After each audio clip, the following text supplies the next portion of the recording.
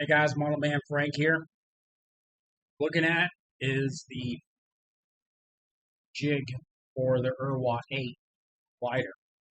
It's like I said, I use Mod Podge for the gluing.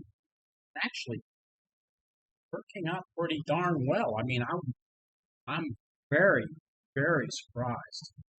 So it looks like it's going to work out really well for us.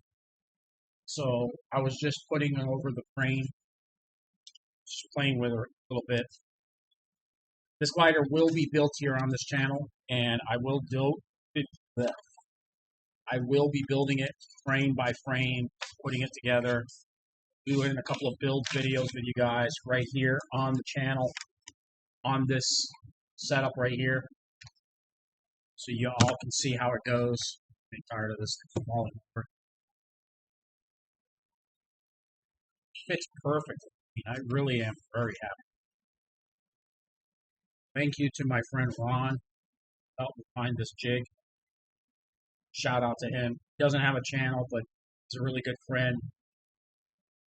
Lives in the neighborhood where I live. Works perfectly. Now, yes, I don't have this area filled in, but once I get this all together and get it tilted upwards, maybe what I'll do is I'll end up popping this off so I can add this piece to it. It'll work just fine. Once the body's together, then I can start fiddling around with everything else. So, all right, guys, that's all I wanted to say for today.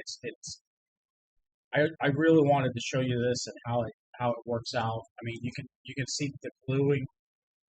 If you've never used Mod Podge, it's actually used for like arts and crafts, but I think it works well for stuff like this.